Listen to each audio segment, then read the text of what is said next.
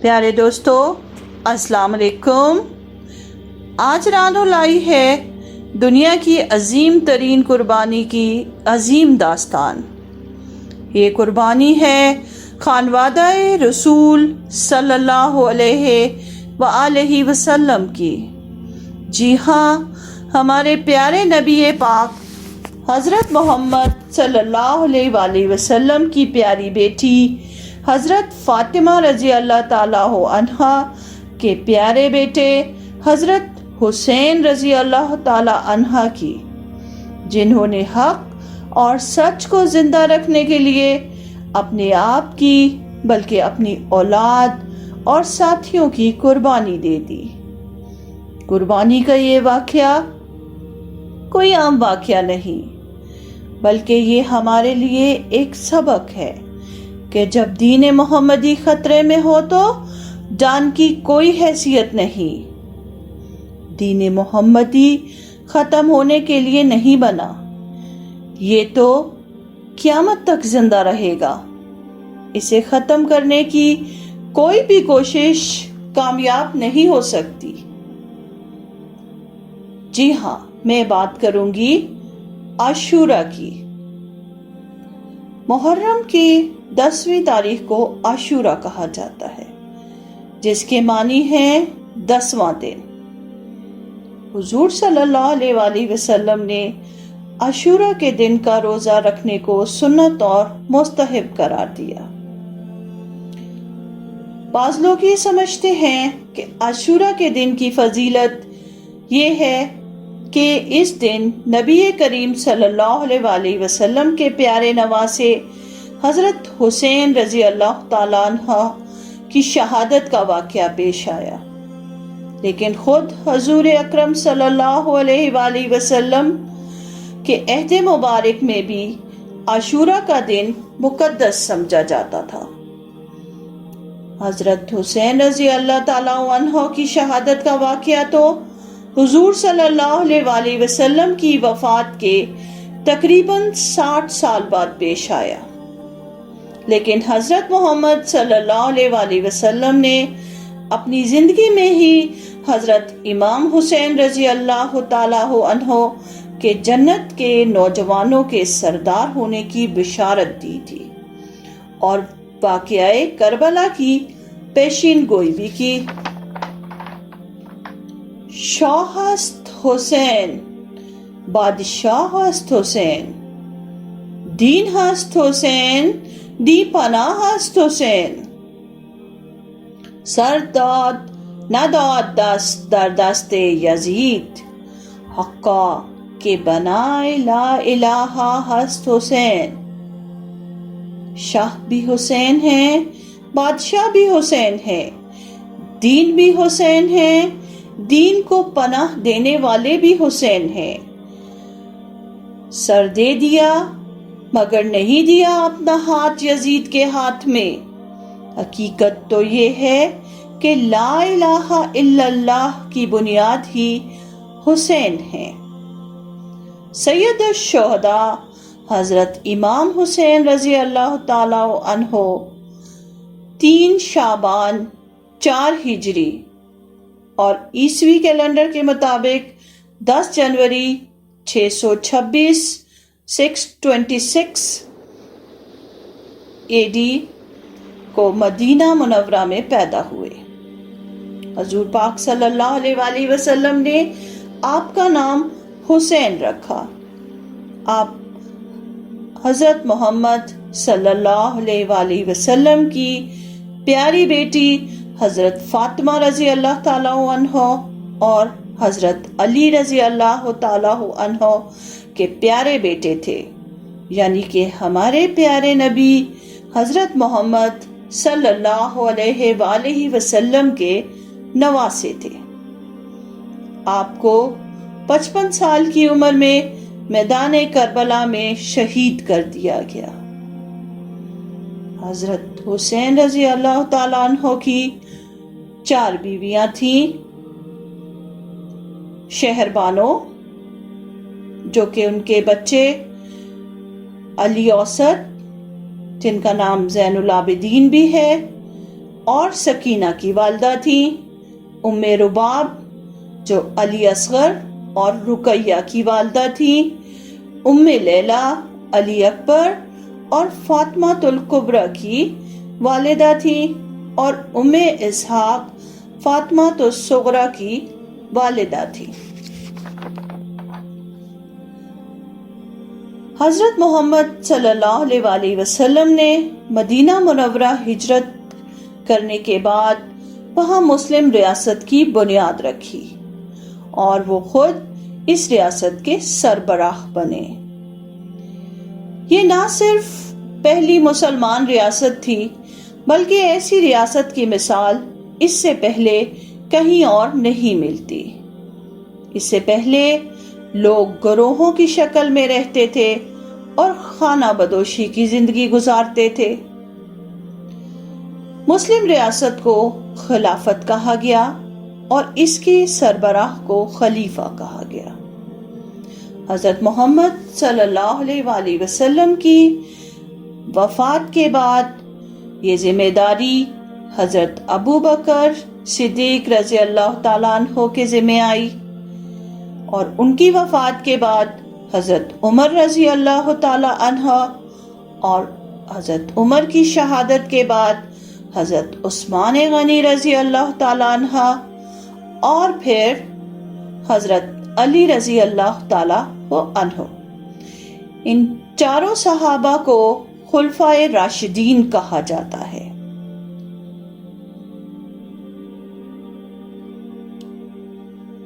اس کے بعد فیصلہ یہ کیا گیا کہ حضرت علی رضی اللہ تعالیٰ عنہ کے بیٹے حضرت حسن رضی اللہ تعالیٰ عنہ کو خلیفہ بنایا جائے، لیکن امیر معاویہ نے اس کی مخالفت کی۔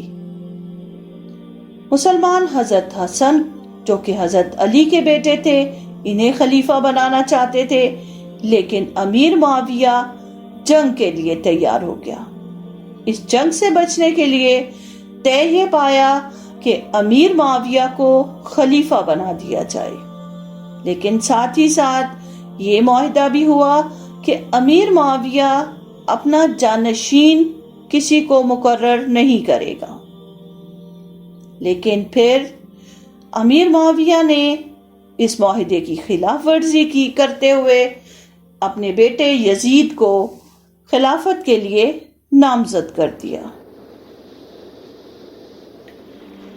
یزید اچھے کردار کا مالک نہ تھا، اکثریت کو یہ فیصلہ منظور نہ تھا۔ وہ حضرت علی رضی اللہ تعالیٰ عنہ کے صاحبزادے اور نبی پاک صلی اللہ علیہ وسلم کے نواسے حضرت امام حسین رضی اللہ تعالیٰ عنہ کو خلیفہ بنانا چاہتے تھے۔ حضرت امام حسین رضی اللہ تعالیٰ عنہ کو بادشاہت حاصل کرنے کا کوئی شوق نہ تھا، لیکن وہ یزید کے کردار کو دیکھتے ہوئے اس کے حق میں بیعت کرنے کو تیار نہ تھے۔ یزید شراب پیتا تھا اور اسلامی اصولوں کے خلاف زندگی گزارتا تھا اور لوگوں پر ظلم و جبر کرتا۔ اس بدبخت نے تو خانوادہ رسول صلی اللہ علیہ وسلم کو بھی نہ چھوڑا، سب مردوں کو شہید کر دیا اور خواتین پر ظلم و جبر کیے، انہیں قید و بند کی تکالیف دیں۔ جب تک حضرت امام حسین رضی اللہ تعالیٰ عنہ یزید کے خلیفہ بننے کے فیصلے کی تائید نہ کرتے، یزید کی تسلی نہیں ہوتی تھی، کیونکہ خانوادہ رسول صلی اللہ علیہ وسلم کا احترام ہر کوئی کرتا تھا۔ اس وقت اسلامی حکومت کا دارالخلافہ شام کا شہر دمشق تھا، کیونکہ یہاں تک کا علاقہ فتح ہو چکا تھا اور وہاں کے لوگ مسلمان ہو چکے تھے۔ اسی سلطنت کا علاقہ عراق کا حصہ تھا، موجودہ عراق، عراق کے لوگوں نے حضرت امام حسین رضی اللہ تعالیٰ عنہ کو پیغام بھیجا کہ وہ کوفہ آ جائیں اور وہ انہیں خلیفہ بنانا چاہتے ہیں۔ حضرت امام حسین رضی اللہ تعالیٰ عنہ نہ چاہتے ہوئے بھی ان لوگوں کی خوشی کے لیے کوفہ کی طرف روانہ ہو گئے۔ حضرت امام حسین رضی اللہ تعالیٰ عنہ کا یہ سفر کسی جنگ کے لیے نہیں تھا، وہ پرامن طور پر کوفہ کے لیے روانہ ہوئے تھے۔ ان کے ساتھ صرف ان کے خاندان کے لوگ تھے اور حفاظت کے لیے صرف چند ایک ہتھیار تھے۔ یہ ایک پرامن قافلہ تھا جسے سفر کر کے کوفہ تک پہنچنا تھا۔ یہ قافلہ پہلے خانہ کعبہ گیا، خانہ کعبہ کی زیارت کی اور پھر کوفے کی طرف روانہ ہو گیا۔ یہ سفر آسان نہ تھا، قافلے میں بچے بھی تھے اور انہیں صحرا میں کئی روز تک سفر کرنا تھا۔ حضرت حسین رضی اللہ تعالیٰ عنہ کی بیٹی فاطمہ الصغریٰ آپ کے ساتھ نہ جا سکی کیونکہ وہ بیمار تھی۔ جو لوگ آپ کے ساتھ تھے ان میں آپ کی بیوی شہر بانو، آپ کے بیٹے حضرت علی اکبر، حضرت علی اوسط جنہیں زین العابدین بھی کہا جاتا ہے، اور حضرت علی اصغر شامل تھے۔ آپ کی 4 سالہ بیٹی سکینہ بھی آپ کے ساتھ تھی۔ اس کے علاوہ آپ کی بہن زینب بھی آپ کے ساتھ تھیں۔ آپ کے بھائی حضرت عباس بھی آپ کے ساتھ تھے۔ آپ کے یہ بھائی حضرت علی رضی اللہ تعالیٰ عنہ کی دوسری بیوی ام البنین کے بیٹے تھے۔ آپ نے یہ سفر ایسے ہی نہ شروع کیا تھا۔ آپ نے جانے سے پہلے اپنے چچا زاد بھائی مسلم بن نکیل کو کوفے روانہ کیا تاکہ وہ آپ کو وہاں کے حالات سے آگاہ کریں۔ مسلم بن نکیل کوفے پہنچے تو ان کا شاندار استقبال کیا گیا، خوب آؤ بھگت کی گئی۔ مسلم بن نکیل نے مطمئن ہونے کے بعد حضرت حسین رضی اللہ تعالیٰ عنہ کو خط لکھ بھیجا کہ وہ جلد از جلد یہاں آ جائیں، لیکن پھر لوگ یزید کی فوج سے ڈر گئے اور حضرت امام حسین کی بیعت سے انکاری ہو گئے، یہاں تک کہ وہ مسلم بن عقیل کی جان کے دشمن بن گئے۔ مسلم بن عقیل کئی روز تک اپنی جان بچاتے رہے، آخر کار انہیں شہید کر دیا گیا۔ وہ بدلتے ہوئے ان حالات کا پیغام حضرت امام حسین تک نہ پہنچا سکے۔ حضرت امام حسین رضی اللہ تعالیٰ عنہ ان حالات سے بے خبر عراق کی جانب سفر کرتے رہے اور سفر کرتے ہوئے عراق کے علاقے تک پہنچ گئے۔ یہاں آ کر انہیں معلوم ہوا کہ حالات خراب ہو چکے ہیں۔ انہوں نے یہاں سے واپسی کا سفر اختیار کیا۔ وہ کئی روز سفر کرتے رہے، علاقہ صحرائی تھا، انہیں راستہ نہ ملا۔ پھر جب انہوں نے پوچھا کہ یہ کون سا علاقہ ہے تو بتایا گیا کہ یہ میدان کربلا ہے۔ ہمارے نبی پاک صلی اللہ علیہ وآلہ وسلم نے اس آزمائش کے بارے میں اپنی زندگی میں ہی انہیں باخبر کر دیا تھا۔ آپ نے بتا دیا تھا کہ میرے نواسے کو شہید کیا جائے گا، اور ساتھ ہی آپ نے حضرت امام حسین رضی اللہ تعالیٰ عنہ کے جنت کے نوجوانوں کے سردار ہونے کی بشارت بھی دی تھی۔ حضرت امام حسین رضی اللہ تعالیٰ عنہ سمجھ گئے کہ ان کی آزمائش کا وقت آ گیا ہے۔ انہوں نے اپنے قافلے کو جمع کیا اور ان سے کہا کہ جو کوئی واپس جانا چاہے جا سکتا ہے، مجھے کسی سے کوئی شکوہ نہ ہوگا، لیکن کوئی بھی آپ رضی اللہ تعالیٰ عنہ کو چھوڑ کر جانے کا تصور بھی نہ کر سکتا تھا، اس لیے کوئی بھی نہ گیا۔ حضرت حسین رضی اللہ تعالیٰ عنہ کا قافلہ 2 محرم کو کربلا پہنچا۔ قافلے نے کربلا میں دریائے دجلہ اور فرات کے قریب پڑاؤ کیا۔ دریائے فرات کا پانی ایک ندی الکما کے ذریعے قافلے تک آتا تھا اور پھر حر کی قیادت میں یزیدی فوج بھی کربلا پہنچ گئی۔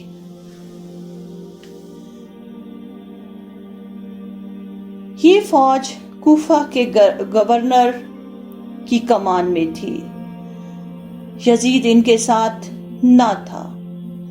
انہوں نے کوشش کی کہ حضرت امام حسین رضی اللہ تعالیٰ عنہ کو راضی کر لیں کہ وہ یزید کی بیعت کر لیں، لیکن حضرت امام حسین رضی اللہ تعالیٰ عنہ راضی نہ ہوئے اور نواسۂ رسول صلی اللہ علیہ وآلہ وسلم تھے، وہ کس طرح کفر کے آگے جھک جاتے؟ انہیں تو اپنے نانا کے دین کو سلامت رکھنا تھا، انہیں تو مثال بننا تھا اور دنیا کو بتانا تھا کہ دین اسلام خطرے میں ہوگا تو جان کی کوئی پرواہ نہیں ہوگی، اور انہوں نے اپنے ساتھ ساتھ اپنے سارے خاندان کو شہید کروا لیا، لیکن یزید کے ہاتھ پر بیعت نہیں کی۔ یزید کی ظالم فوج تو لڑنے کے لیے خوب تیاری کر کے آئی تھی، جبکہ حضرت امام حسین رضی اللہ تعالیٰ عنہ کا قافلہ نہتا تھا۔ اور پھر ظالم فوج نے 7 محرم کو حسینی قافلے کی جانب آنے والی ندی الکما کو بند کر دیا تاکہ حسینی قافلہ پانی نہ لے سکے۔ ان کا خیال تھا کہ پیاس انہیں مجبور کر دے گی اور وہ کفر کے آگے جھک جائیں گے، لیکن ایسا تو کچھ بھی نہ ہوا، بلکہ قافلے کا ہر شخص اپنے آخری دم تک لڑا، یہاں تک کہ شہید کر دیا گیا۔ حضرت حسین رضی اللہ تعالیٰ عنہ اپنی پیاس تو برداشت کر سکتے تھے، اپنے معصوم بچے کی جو کہ 6 ماہ کا تھا علی اصغر کا سوکھا ہوا حلق کیسے برداشت کرتے؟ اپنے پیارے بیٹے کو گود میں اٹھائے کفار کے لشکر کی جانب گئے اور معصوم بچے کے لیے چند قطرے پانی کے مانگے۔ جواب میں ایک تیر آیا اور ننھے علی اصغر کو شہید کر گیا، اور اس طرح یہ معصوم بچہ کربلا کا پہلا شہید بنا۔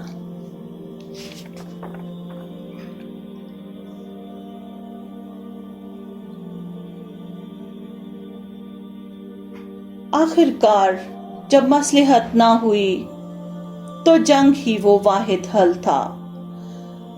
یہ جنگ 9 محرم کو ہونا قرار پائی۔ حضرت امام حسین رضی اللہ تعالیٰ عنہ نے اپنے دشمنوں سے 1 رات کا وقت مانگا اور وہ اپنے رب سے دعا کرنا چاہتے تھے، عبادت کرنا چاہتے تھے اپنے رب کی۔ اور جب رات ہوئی تو انہوں نے حضرت عباس سے کہا کہ چراغ بجھا دے۔ دراصل وہ ایک بار پھر اپنے ساتھیوں کو موقع دینا چاہتے تھے کہ اگر کوئی یہاں سے جانا چاہتا ہے تو وہ چلا جائے، لیکن وہ ان میں سے کوئی بھی ایسا نہ تھا جو نواسہ رسول کو تنہا چھوڑ کر چلا جاتا۔ اور پھر 10 محرم کا دن طلوع ہوا۔ یہ جمعہ کا دن تھا۔ حضرت امام عالی مقام نے اہل بیت اور رفقا کے ساتھ فجر کی نماز ادا کی اور نماز کے بعد اپنے خیمے میں تشریف لائے۔ اہل بیت 3 دن سے بھوکے اور پیاس سے نڈھال تھے۔ تیز دھوپ، گرم ریت، صحرا کی ہوا اور سامنے 22,000 کا لشکر، مگر عزم و ہمت میں لرزش نہیں تھی۔ ہر کوئی لڑنے کو تیار تھا۔ جنگ کا نکارہ بجا دیا گیا۔ حضرت امام حسین رضی اللہ تعالیٰ عنہ نے اس وقت ایک خطبہ بھی ارشاد فرمایا تاکہ حجت تمام رہے۔ انہوں نے دشمن فوج کو مخاطب کیا اور کہنے لگے، افسوس ہو تم پر اے کوفہ، کیا تم بھول گئے اپنے خطوں کو اور وہ وعدے جو تم نے کیے تھے اور خدائے تعالیٰ کو ان پر گواہ ٹھہرایا تھا؟ افسوس ہو، تم نے لکھا تھا کہ اہل بیت آئے تو ہم ان کی مدد اور پیروی میں جانے تک فدا کر دیں گے، اور پھر جب ہم آئے تو ہم کو ابن زیاد کے حوالے کر رہے ہو اور ان پر دریائے فرات کا پانی بند کرتے ہو۔ واقعی تم اپنے نبی کے بڑے خلاف ہو کہ ان کی اولاد کے ساتھ یہ سلوک کرتے ہو۔ خدا تعالیٰ تم کو قیامت کے دن سیراب نہ کرے گا، یعنی پانی نہ دے گا۔ اور پھر جنگ کا آغاز ہو گیا۔ سب سے پہلے حضرت عباس رضی اللہ تعالیٰ عنہ،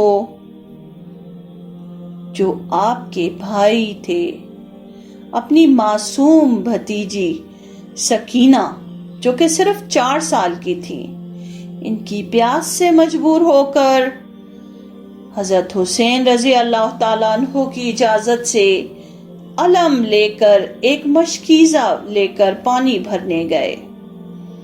ان کے ایک ہاتھ میں علم تھا اور دوسرے ہاتھ میں تلوار۔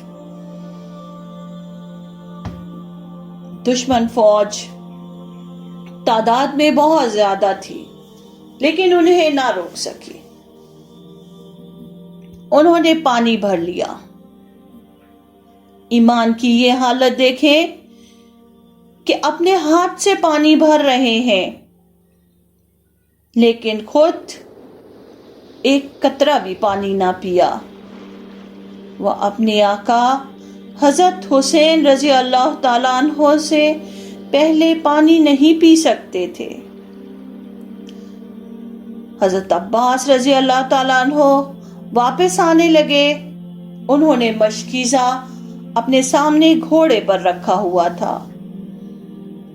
دشمن نے مشکیزے پر ایک تیر مارا، پانی بہنے لگا۔ حضرت عباس رضی اللہ تعالیٰ عنہ نے تلوار چھوڑ کر مشکیزہ پکڑ لیا تاکہ پانی ضائع نہ ہو جائے۔ آپ علم یعنی کہ اپنے جھنڈے کو، اپنے آقا کے جھنڈے کو نیچے گرنے نہیں دینا چاہتے تھے۔ دشمن نے آپ کے علم والے ہاتھ پر بھی وار کیا اور اسے جسم سے جدا کر دیا۔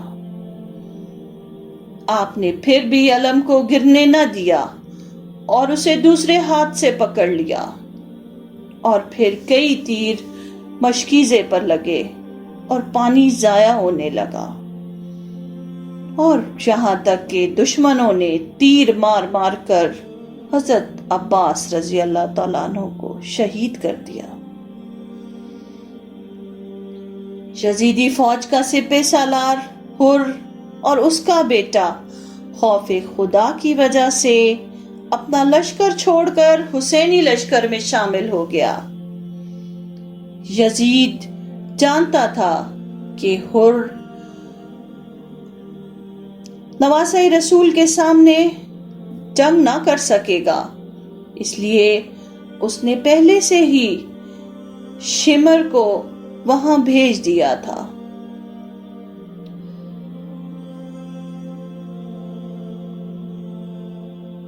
حر اور اس کا بیٹا حسینی لشکر میں شامل ہو چکے تھے، اور جب جنگ کا آغاز ہوا تو سب سے پہلے انہوں نے جنگ کی اور شہید ہو گئے۔ حضرت حسین رضی اللہ تعالیٰ عنہ کے ساتھی ایک ایک کر کے میدان جنگ میں اترتے رہے اور شہید ہوتے رہے، یہاں تک کہ آپ کے جوان سال بیٹے حضرت علی اکبر رضی اللہ تعالیٰ عنہ کی باری آ گئی۔ آپ گھوڑے پر سوار ہوئے اور میدان جنگ میں چلے گئے۔ آپ نے بہادری کے کئی مارکے دکھائے، بہت سارے دشمنوں کو ڈھیر کیا، اور آخر کار شہید ہو گئے۔ حضرت سیدنا امام حسین رضی اللہ تعالیٰ عنہ کے ساتھ 16 اہل بیت تھے، یعنی کہ خانوادہ رسول کے ممبر، اور کل 72 افراد شہید ہوئے۔ علی مرتضیٰ رضی اللہ تعالیٰ عنہ کے خاندان کے بہادروں نے کربلا کی پیاسی زمین کو دشمنوں کے خون سے لالہزار کر دیا، اور اسی طرح خاندان امام حسین رضی اللہ تعالیٰ عنہ کے نوجوان اپنی بہادری کے جوہر دکھا دکھا کر امام رضی اللہ تعالیٰ عنہ پر قربان ہوتے چلے گئے۔ تمام شہزادے شہید ہوتے چلے گئے، یہاں تک کہ حضرت علی اکبر بھی آپ کی آنکھوں کے سامنے شہید کر دیے گئے۔ اور پھر حضرت امام حسین رضی اللہ تعالیٰ عنہ مارن کے لیے تیار ہوئے۔ آپ نے امامہ رسول خدا صلی اللہ علیہ وآلہ وسلم سر پر باندھا، مصری قبا پہنی، امیر حمزہ کی سپر پشت پر رکھی، حیدر کرار حضرت علی رضی اللہ تعالی عنہ کی تلوار اٹھائی اور گھوڑے پر سوار ہوئے، میدان جنگ کی طرف رخ کیا، بہادری سے لڑے اور لاشوں کے انبار لگا دیے۔ دشمنوں نے ہر طرف سے تیروں کی بارش کر دی، اور آپ کا جسم چھلنی ہو گیا۔ آپ گھوڑے سے اتر آئے، عصر کی نماز کا وقت ہو رہا تھا۔ آپ بارگاہ الہی میں سجدہ ریز ہو گئے، اور پھر ظالم شمر نے تلوار کا وار کر کے آپ کی گردن مبارک تن سے جدا کر دی۔ آپ رضی اللہ تعالیٰ عنہ شہید ہو گئے، لیکن زندہ جاوید ہو گئے۔ دشمن آپ کا نام نہ مٹا سکے، یہ نام تا قیامت لوگوں کے دلوں میں زندہ رہے گا۔ عجب مذاق ہے اسلام کی تقدیر کے ساتھ، کاٹا حسین کا سر نعرہ تکبیر کے ساتھ۔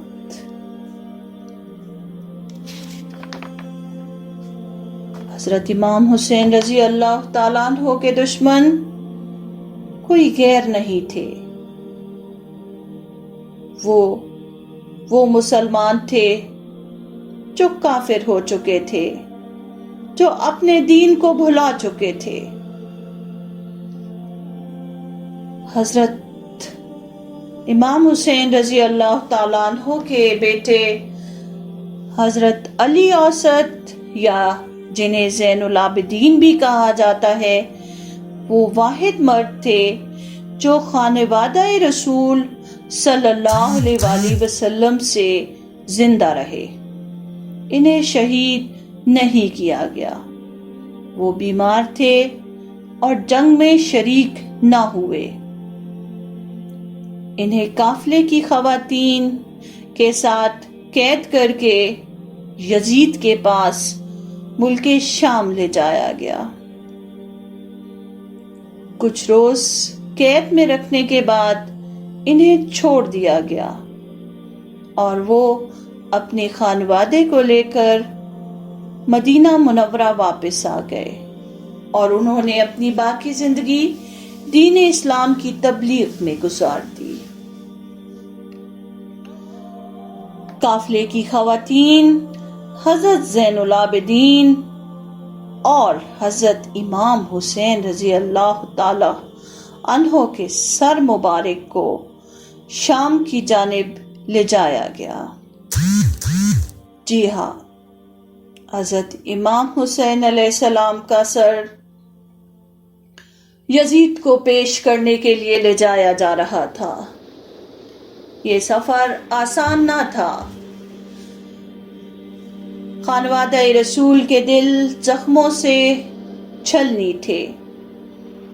دکھی لوگ پیدل ہی کئی میلوں کا سفر کرتے ہوئے شام تک گئے۔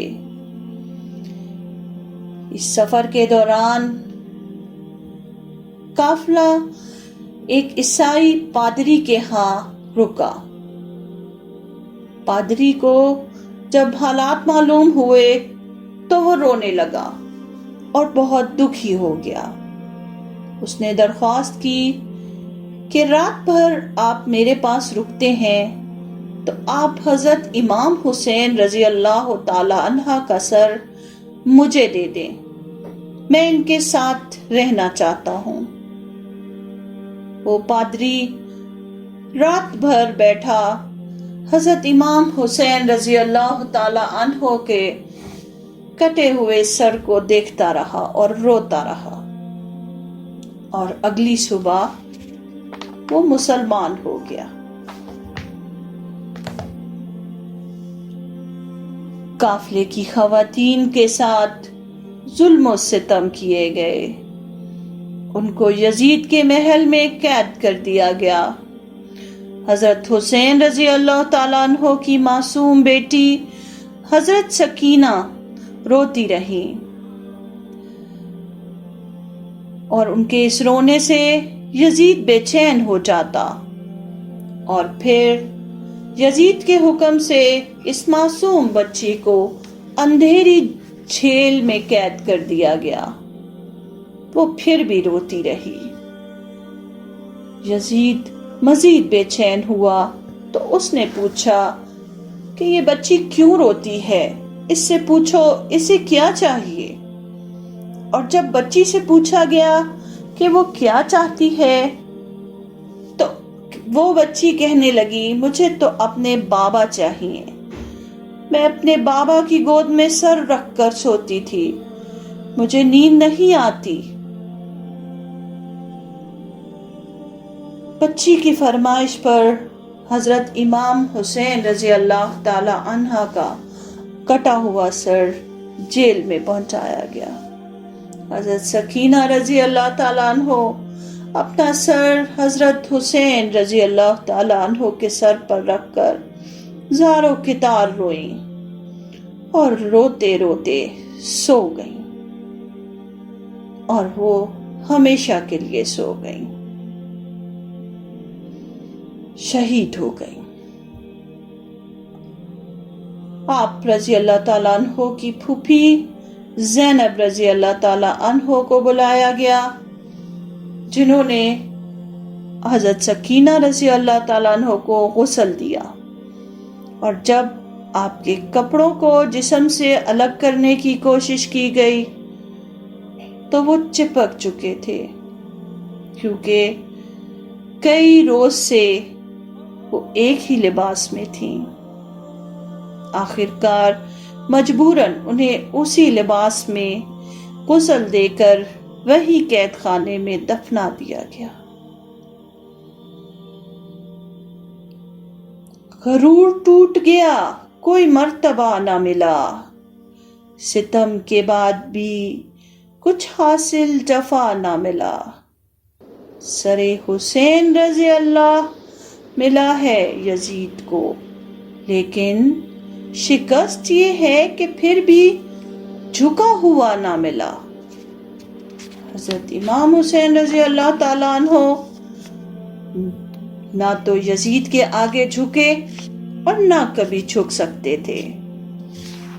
حضرت حسین رضی اللہ تعالیٰ عنہ کا کٹا ہوا سر بھی سر بلند تھا، وہ یزید کے آگے جھکا ہوا نہ تھا۔ افضل ہے کل جہاں سے گھرانہ حسین کا، نبیوں کا تاجدار ہے نانا حسین کا۔ ایک پل کی تھی بس حکومت یزید کی، صدیاں حسین کی ہیں زمانہ حسین کا۔ قتل حسین اصل میں مرگ یزید ہے، اسلام زندہ ہوتا ہے ہر کربلا کے بعد۔ آج کے لیے اتنا ہی، اللہ حافظ۔